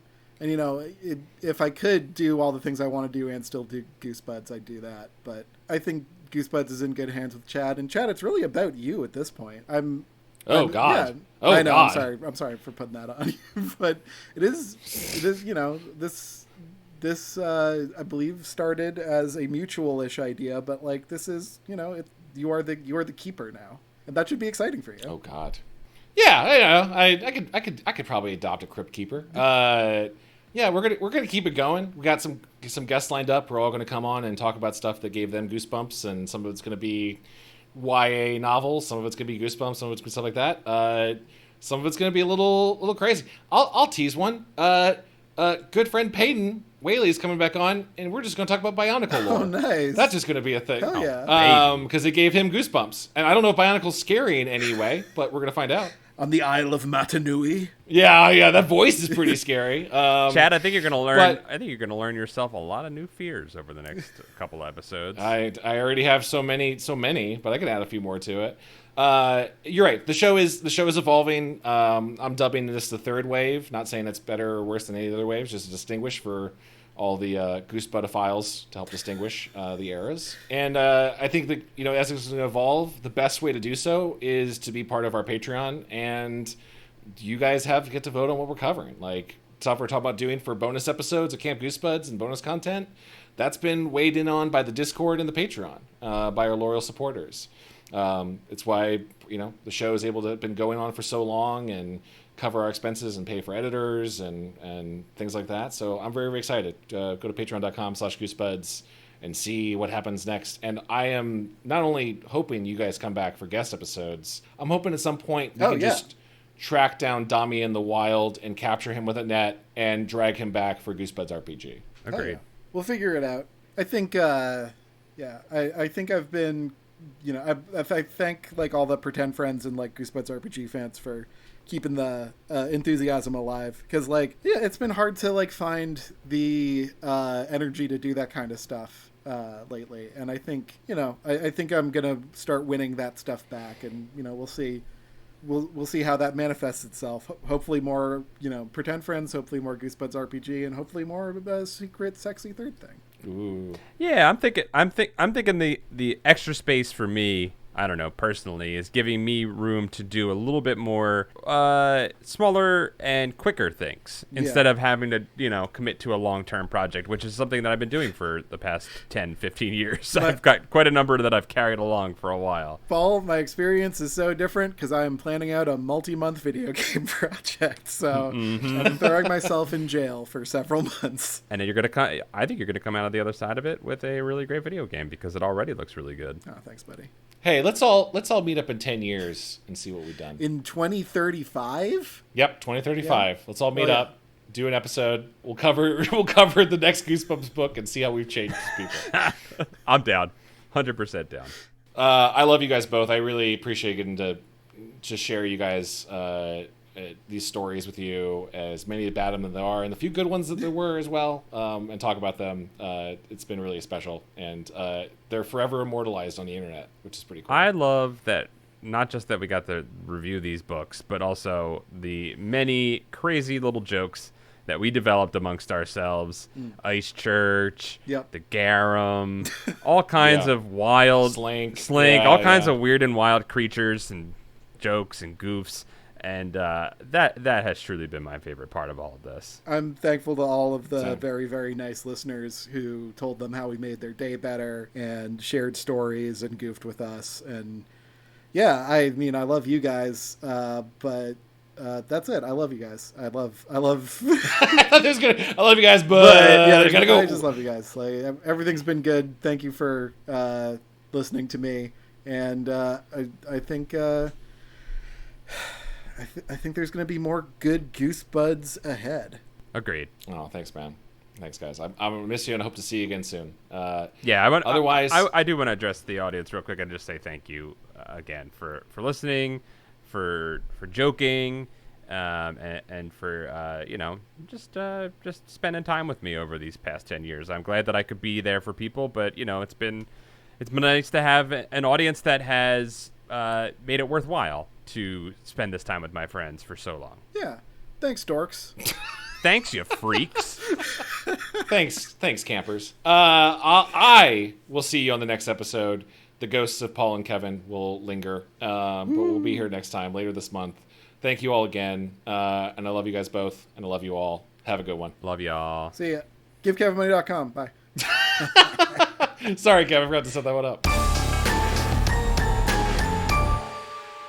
This episode of Goosebuds is brought to you by our wonderful Patreon supporters. They exist in the Book of Names. The Book of Names. Book of Names. Starting off with Low Belly Hate Me, Hollis Hornbeak, Nathan Dolezal, Hey Josh Robb, Mickey C, Afsheen, Stealth a Beautifully Fleshed Skeleton Bates, Robert Moon, Jason Crooker. DM me. I'll tell you about the Rite Aid fraud. I haven't heard anything about it yet. I haven't heard any Rite Aid fraud. I never DM first about fraud. I always wait till it comes to me. Did you DM them? That's how you find out. Oh, crap. I forgot that detail. That was very... You know what? I'm just going to DM the Juggalobalist instead. I'll send a DM to Aiden, who is doing shots of Skittles Littles. I'm going to send a pigeon to Gregory D. Warren. Nobody DMs Leviathan. I'm scared to slide into the DMs of Jar Jar Slinks. Please respond, chosen one. The John D. and Catherine T. MacArthur Foundation regret to inform you that DMs are closed. Yanni Marcafina breaks the bit. Thanks, Yanni. Carl! Anthony Mulberry. Brooke X. Christian Van Skeever. Jeremy Lowe. Zach Connor. Andrew Jadsack gives the Luke Skywalker salute when above the Sarlacc pit to Kevin and Paul. Was there a salute? I thought it was just a head nod. Yeah, that's the salute to kill. Luke was trying to say, I want to die. Luke, please let me die. You know what's funny is I think that all salutes are salutes to kill, aren't they? Kind of in a way. Damn. Was the salute like before or after he did a backflip over the I think the salute is to fire for R2 to fire the he's like lightsaber. He's like shoot thump gun my killing device to me now, robot, and he does the thing and then he backflips and catches it. Sarlacc pit, kind of like a living quicksand if you think about it. Yeah. Quicksand with mouth. Yeah. And now Kevin says Carson. Tevin Ticklebeam whispers, "Rich people are a scam," and releases the arrow. Hell yeah, Tevin. Luke. Period. Matt McClellan. Juan Jalapeno. Keith Halgrove. Clay McCarty. Parentheses. Yowie Gagarin. A.K.A. Yowie Gagarin. Matthew Sutton. Kelsey Kidderman. Tobias Clark. Russell Kasberg. Xavier Jimenez Castillo. Raina Kemp. We figured that out. I think we figured that one out. We did. We did. And it does go like my favorite Star Ocean 2 protagonist. No offense, Claude, but Raina's just better. MC Hamster. Limp Duck. Jonas Flotterman. Chris, does it smell like ghost stick in here? Nelson. Whoa. Kieran McNamara. Wham. Coleman Laguza. Diet Soda. Jonas Enevoldsen. Woof, woof, woof, woof, woof. A pair of Scots. Iro Forte. Meta for the metaphor. New music coming soon. Zambambino. Ma, the meatloaf. That one's not very hungry for meatloaf, that Kevin. I had a big dinner. I'm sorry, Ma, the meatloaf. It's not.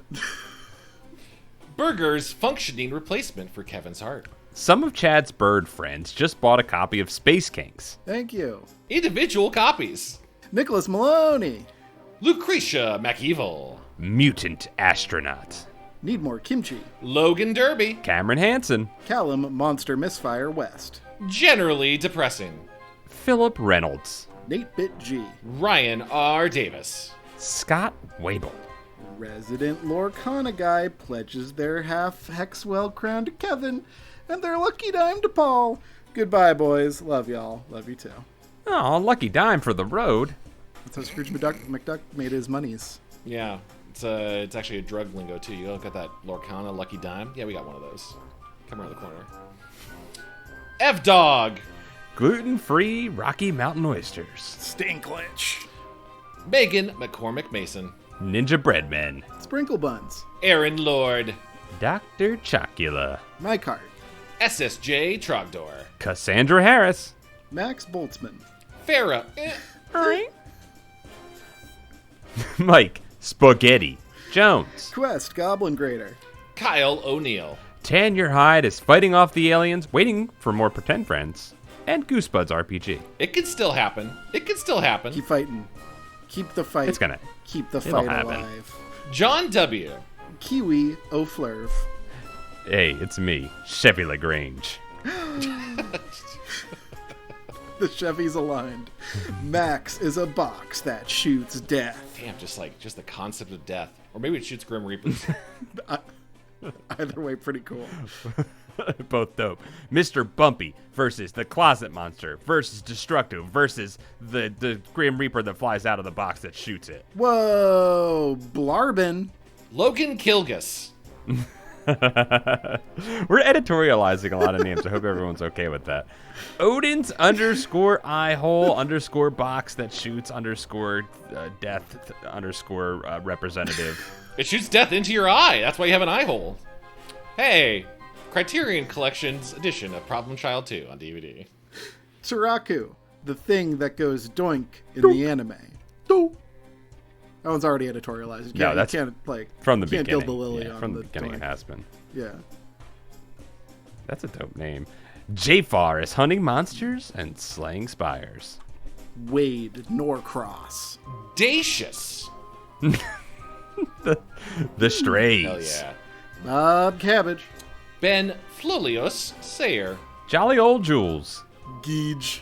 The Shreknonomicon. Soap. Spencer Leith Johnston. Smelodies. Caleb doesn't have much to say this month. That's okay. It's okay. Tall glass of dumb bitch juice is just a disappointment. I take that as meaning you're not being dumb bitch this month, and therefore you're disappointed. Which also, congratulations.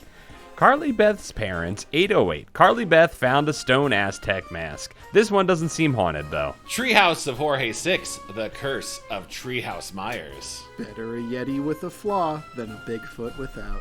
Wyvern. Al and MC. Angus Keith. Felix. Tootin Watson. Daniel Lavelle. Wolf CIA. Big old dumb bird engaged to ladybird fiance. Yeah. Congrats again. Congrats again. Eric Wink. Mitch Show. Nathan Galindo, Ventus 13. Ari. J. Fen Crane, Notoriously a cursed thing. Andrew. Ben L. Cursed as a Halloween gingerbread. Help. I think I will help myself. I'm gonna chomp. Oh, it's funny enough. Gingerbread, Halloween gingerbread. I was just thinking about it, is followed by Snackwell's Cookie Monster.